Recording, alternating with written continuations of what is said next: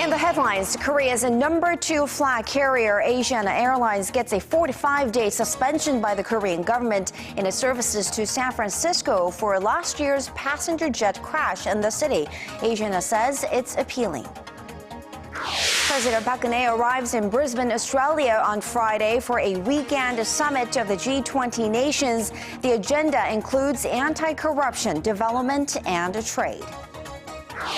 And the Rosetta probe is set to be stable and is sending images back to Earth, but scientists fear its batteries could go out soon.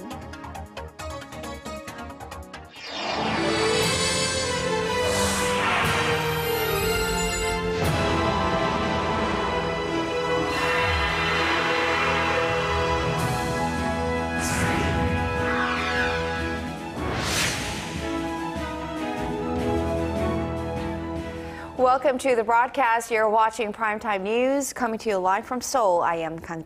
And I'm Sean Lim. Thanks so much for joining us tonight. We begin with a suspension for the nation's second largest flag carrier, Asiana Airlines, for its role in a fatal crash in the United States last year. The company was told by the Korean government to halt flights between Incheon and San Francisco for a month and a half. Our Shin Se-min has the details. The Korean government has penalized Asiana Airlines with a 45-day suspension of its daily flights to San Francisco. This is for breaking the safety rules when one of its jets crash-landed at San Francisco International Airport in July of last year. The government says the decision was based on the civil aeronautics law as well as the loss of life and property that resulted because of the accident. The standard penalty of 90 days, however, was cut in half for the company as it is currently suffering management issues. The Transport Ministry also took into consideration the crew members' level of professionalism and efforts to help passengers after the crash. Still, the airline stands to lose over $13.5 million during the suspension period. Asiana Airlines says it's appealing the decision, highlighting a potential inconvenience for its passengers given the high traffic on the route. The company also said that incidents like this usually result in a fine, not a flight ban. The decision is separate from the earlier penalty of $500,000 issued to the airline by U.S. federal transportation officials. Earlier this year, the National Transportation Safety Board concluded that pilot error and an over-reliance on automated systems were to blame for the crash, which left 3 passengers dead and more than 180 injured. Shin Se-min, Arirang News. President Park Geun-hye carries on with her 3-country tour to attend various multilateral gatherings this week, and her final stop is Australia. Our presidential office correspondent Choi Yoo-sun gives us a rundown of the president's itinerary at the G20 summit. President Park has touched down in the Australian city of Brisbane, where she will join leaders of the Group of 20 nations to seek an action plan to achieve a collective economic growth of 2% above trend in 5 years. The G20 predicts it will help the global GDP jump by some $2 trillion and create millions of new jobs. As each member nation presents its own growth strategy, President Park will introduce Seoul's efforts to spur domestic growth and expand the job market through social reforms, deregulation, and supporting creative industries, also called a 3-year economic innovation plan. Deregulation, the creative economy, public sector reforms, and in terms of employment, flexible work hours and employment of women. All our policy agenda are very much in line with this year's G20 agenda. On the sidelines of the summit, the Korean president will meet the Saudi crown prince to seek out more opportunities for Korean firms to invest in the Arab country's nuclear reactor and infrastructure construction. Seoul will also likely ask Saudi Arabia to take part in Korea's project to establish itself as the oil hub of Northeast Asia. President Park is expected to hold talks with New Zealand Prime Minister John Key as well, where their 2-way FTA negotiations will top the agenda. Having promoted her administration's economic and security policies to world leaders and highlighted Korea's contributions to global stability and prosperity, President Park will wrap up her 3-nation tour and return home on Monday. Choi Yoo-sun, Arirang News, Brisbane. North Korea's widely viewed second-in-command will head to Russia next week. Insiders believe the purpose of the trip is a meeting with Russian President Vladimir Putin, but Pyongyang has not said whom Chery will visit. Our Kwon So-hwa explains. North Korean senior Communist Party official Choi Ryong-hae is headed to Russia as a special envoy for leader Kim Jong-un. Pyongyang state media reported this on Friday without specifying who he will meet or the timing of the trip. All that's known for now is that it will happen soon. Choi was one of the members of a high-level delegation that made a surprise visit to South Korea last month. Given his status, insiders speculate he'll most likely meet with Russian President Vladimir Putin to discuss the country's bilateral ties amid signs of their growing cooperative relations. The two are also expected to lay the groundwork for a future summit. Speculation about North Korean leader Kim Jong-un's possible meeting with Russia could put pressure on Chinese President Xi Jinping due to declining North Korea-China relations. A North Korea-China summit never took place during Kim Jong-un's three-year ruling. Pyongyang is also looking for Russia to play a role in barring the UN Security Council's push towards holding Kim Jong-un accountable for human rights violations. And on Russia's end, analysts say its efforts to boost bilateral ties with the North could be due to Moscow's growing isolation from the international community amid the ongoing crisis in Ukraine. As President Putin is scheduled to attend the G20 meeting in Brisbane over the weekend, chances are high that Choi's trip will take place the following week. Kwon So-hwa, Arirang News. UN human rights investigator Marzuki Darusman has called for concerted international pressure to bring about fundamental change in North Korea's human rights situation. Hwang Sung-hee sat down with Darusman before he wrapped up his trip to Seoul and reports on how he also says that cooperation with the regime would facilitate the process.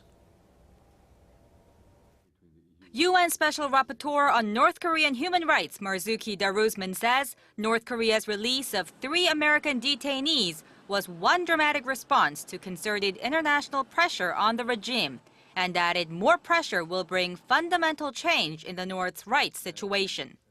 Pressure works, and therefore there must be no let-up on this, because there will be no changes without the international community concertedly exerting political pressure on North Korea. North Korea and its allies, including Cuba, want to water down a draft UN resolution on the issue, especially the part that refers the North Korean leadership to the International Criminal Court. With the General Assembly due to vote on the resolution next month, Darusman advised against any revision. Any removal of the accountability clauses would affect a setback in efforts to pursue accountability. Torture, starvation, and enslavement are just a few of the widespread human rights violations against the 25 million North Koreans outlined in the Commission of Inquiry report. Darusman proposed a 2-track approach that involves a vigorous pursuit for accountability and working with the Hermit Kingdom. A second track to the accountability track would have to be cooperation with the regime in order to be able to initiate the beginnings of a long process to improve the livelihood, the daily lives of North Koreans. Do you believe that North Korea will cooperate if the case is taken to the International Criminal Court? If there is no cooperation, then the international community will have to figure out how the accountability process will be enforced in spite of non-cooperation on the part of the North Koreans. Hwang Sung-hee, Arirang News. In about 10 days from now, the Korean military will hold defense drills on and around Korea's Atokdo Island in the East Sea. It's an exercise that's been conducted twice a year since 1986 to counter Japan's ongoing territorial claims to the island. Kim Hyun-bin has more. The South Korean military is scheduled to conduct a defense drill aimed at deterring trespassers on its easternmost island of Atokdo later this month. A government source said Friday that the drill is scheduled to take place on November 24th, and the goal will be to repel non-military forces that approach the island via sea or air. The Korean Navy will employ 5 to 6 destroyers and convoys, as well as some patrol planes and fighter jets. The official says the Marine Corps will simultaneously conduct a landing exercise on Atokdo using a UH-60 helicopter. The exercise has been carried out twice a year since 1986, and the latest drill took place in May. Experts say the exercise is carried out to prevent Japanese forces from landing on the island. Japan claims that Atokdo is part of its territory, though it never established its sovereignty over the island. Seoul reclaimed sovereignty over its territory, including Atokdo and other islands around Korea, upon its independence from Japan's colonial rule from 1910 to 1945. Kim Hyun-bin, Arirang News.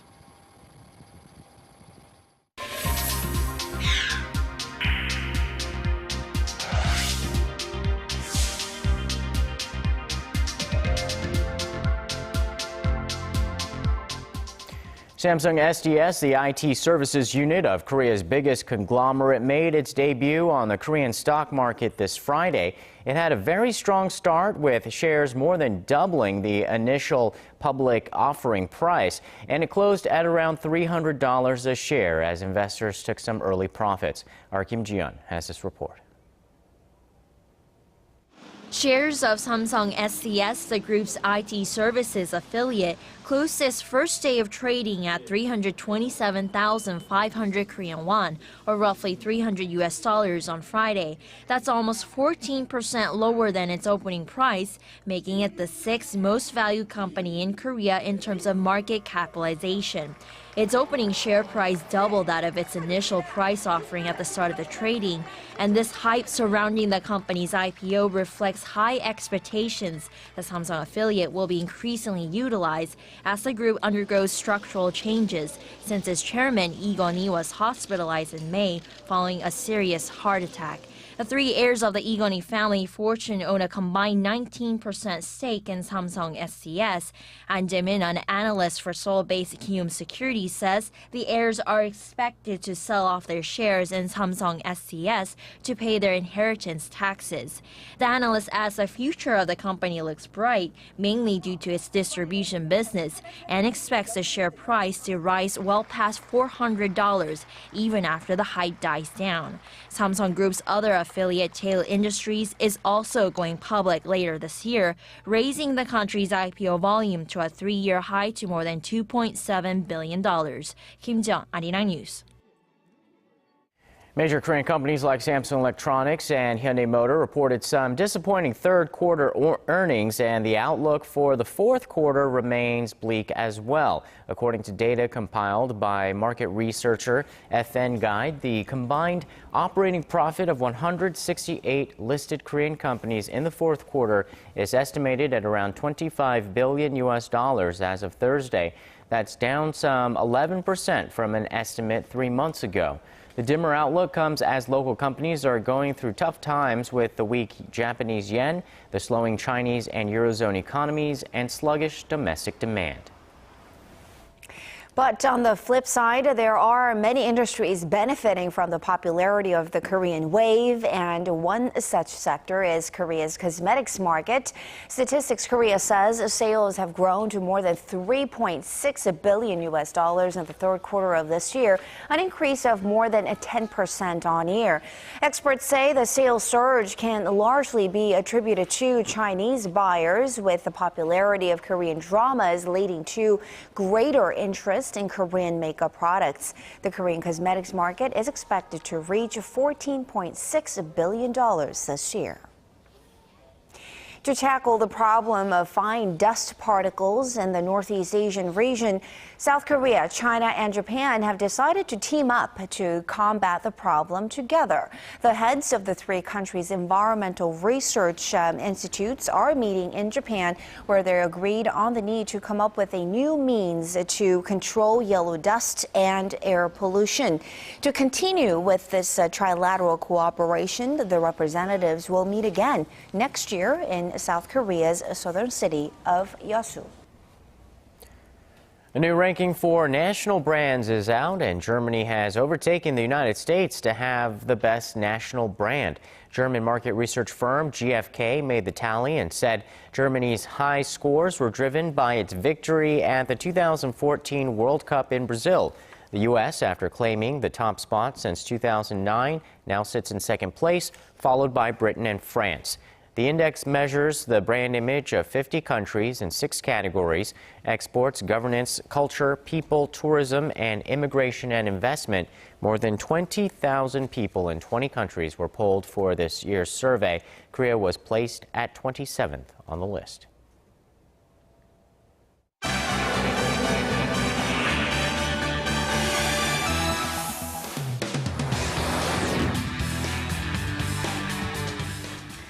The European Space Agency says the historic Rosetta mission is on the verge of collapse, as its high-tech probe may have only a few hours of life left. With more, we turn to Paul Yee at the News Center. Paul, the probe was said to be in stable condition after becoming the first spacecraft ever to land on a comet this past week. What went wrong, and is there a chance to save the probe? Well, to answer your first question, celebrations quickly turned to concern after the first photos from Philae showed it had landed on its side on the rocky surface. It also appears to be sitting under the shadow of a large crater, blocking much needed sunlight to recharge the probe. But with a speeding comet more than 500 million kilometers away, options are limited. Scientists at the ESA on Friday said the latest signals from Philae indicated it had just mere hours of onboard battery power remaining. Ground controllers in Paris are working to realign the lander's solar panels to capture what little sunlight is left, while other teams are desperately trying to conduct experiments which have been decades in the making.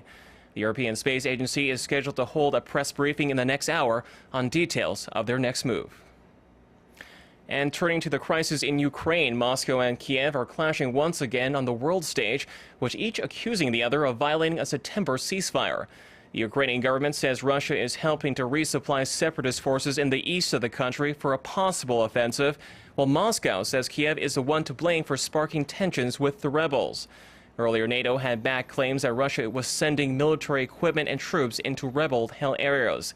Speaking in Berlin, the U.S. ambassador to the UN, Samantha Power, said Russia had committed blatant violations. As we have been throughout this crisis, we are united in our message to Russia. Stop fueling the fire with new weapons and support for separatists. Withdraw all military personnel and equipment from Ukraine. Repudiate the illegal elections on November 2nd. The list goes on. Moscow has completely denied the allegations, dismissing them as mere propaganda. The United Nations Security Council, meanwhile, convened an emergency session on Ukraine on Thursday over concerns that full-scale fighting could break out again.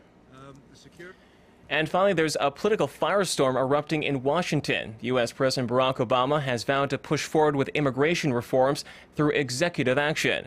If passed, the reforms would extend protection to undocumented workers who are parents of U.S. citizens, which could affect some 5 million people.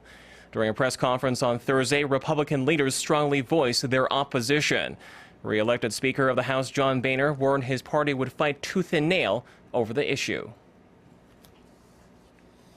You know, the president is threatening to take unilateral action on immigration, even though in the past he's made clear he didn't believe he had the constitutional responsibility or authority to do that.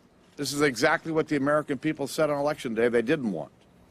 Congressman Boehner said though no final decision had been made, all options were on the table. House Republicans are reportedly threatening to block any funding for federal agencies to give out new visas or green cards, raising fears of another government shutdown. And that wraps up our look at international stories for now. I'll see you back here next week.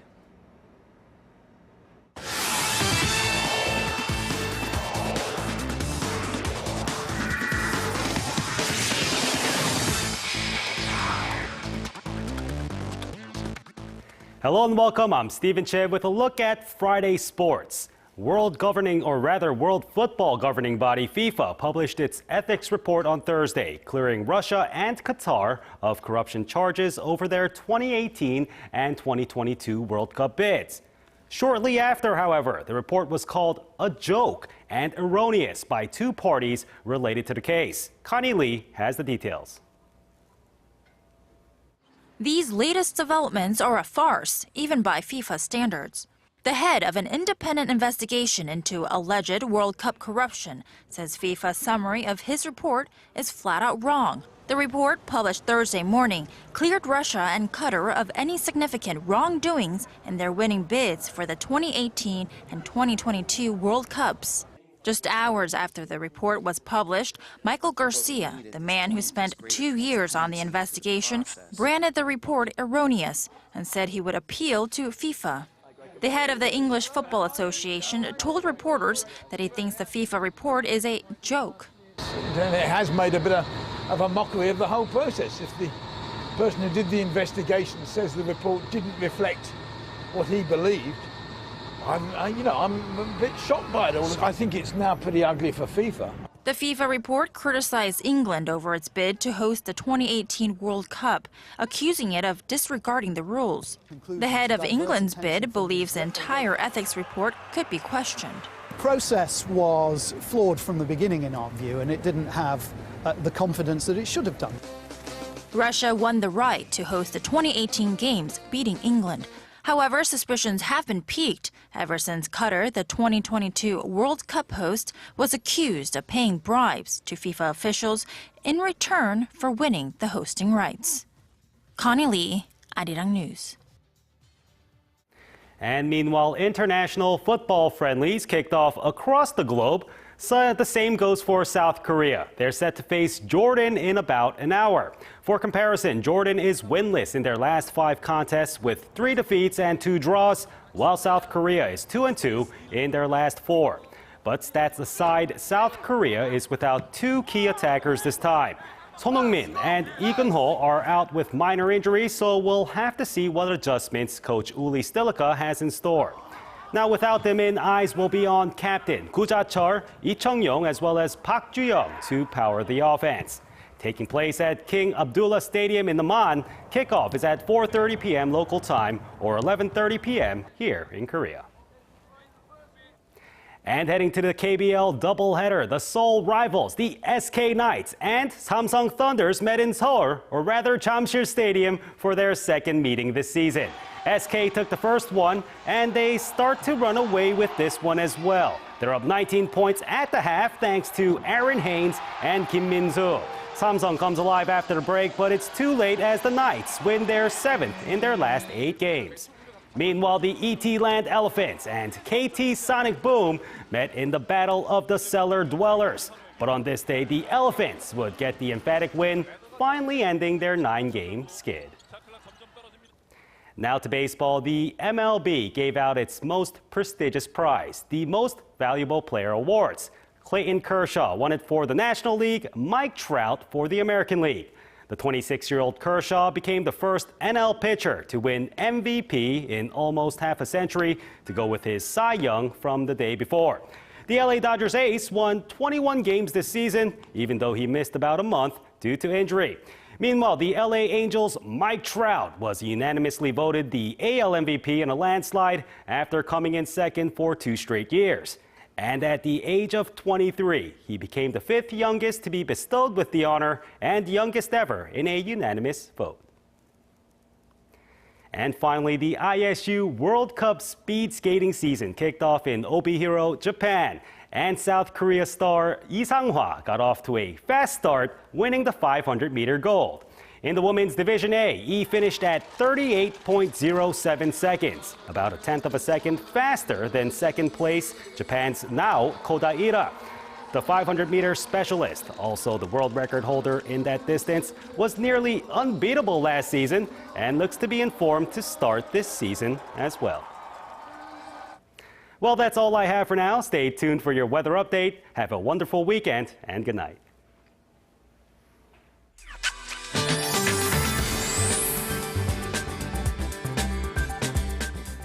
Hope your week is coming along well. I'm Kim Bo-kyung with the latest weather forecast. So it feels like winter is already here. In fact, Seoul received its first snow of this season earlier today. As for Saturday, morning temperatures will dip below zero before rising to the low teens, so make sure to bundle up before heading out.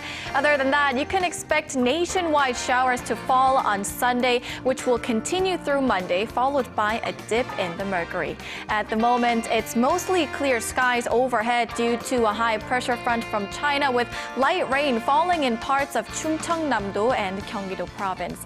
Along the east coast, a dry weather alert and a dry weather watch is in effect, so make sure to stay hydrated. On to Saturday's readings. Seoul hits 10 degrees, Daegu reaches 13, Busan peaks at 14. As for other regions, Daejeon makes it to 10, while Atokdo makes it to 11. Those are the updates I have for you now. Hope you have a lovely Friday evening. Stay warm. I'll see you next time. All right, thank you so much, Bo-kyung. And that's Primetime News for this Friday. I'm Kang Chery. Thanks for watching. And I'm Sean Lim. Have a great weekend. We'll see you soon.